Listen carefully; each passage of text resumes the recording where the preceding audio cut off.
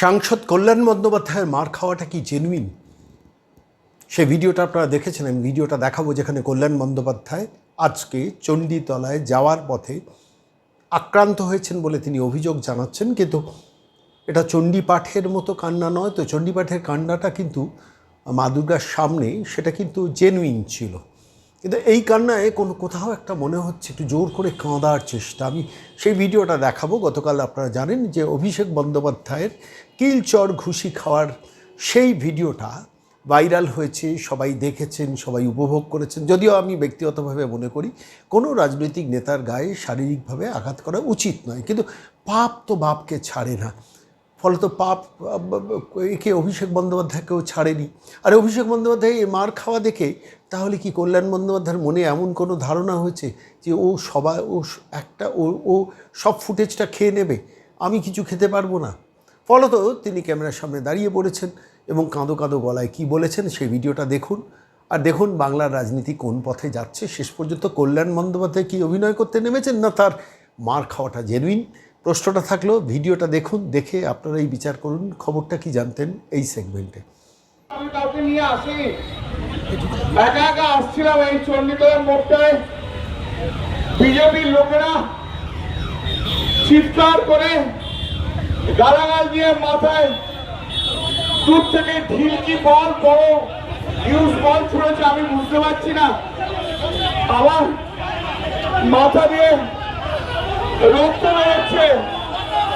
আমি তা সত্ত্বেও আমি আপনাদের কাছে বলতে এসেছি একটাই কথা, আমার আর বলার মতো শক্তি নেই। আমার সত্যি বলার মতো শক্তি নেই। আপনারা বাংলার মানুষ, আপনারা চণ্ডীতলার মানুষ, আপনারাই বিচার করবেন যে এই যে গুন্ডাগর্দি করছে, এই যে এমপিদের দিয়ে মারছে, এটা কি ঠিক হচ্ছে? এখানে কোনো জনরোষ টনরোষ নেই। 7-8 জন লোক মিলে বিজেপির 10 জন গেরুয়া ফেঁচি বেঁধে আমাদের আগের সব কর্মীদের মারধর করছিল, আর এখনো আমাকে পর্যন্ত ছাড়েনি। কৌশিকের মুখ ফাটিয়ে দিয়েছে।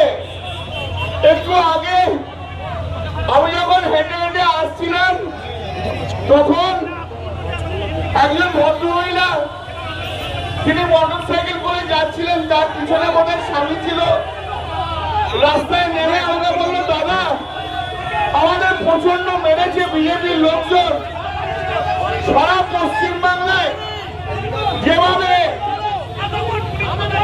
বিজেপি যেভাবে আমাদের উপরে অত্যাচার করছে, বিজেপি শূন্য করে দিতে চাইছে, ওরা সিপিএম কে এবং পশ্চিমবাংলায় কংগ্রেসকে অক্সিজেন দিতে চাইছে। আমি আপনাদের কাছে, আমি আমার এই মাইকের মাধ্যম দিয়ে আমি সারা বাংলার মানুষকে একটা জিনিসই বলতে চাই, যে আপনারা এই কর্মকে সমর্থন করছেন তো ওরা যেভাবে বিরোধীদের মারধর করছে, এমপিকে দেখলে ওপর থেকে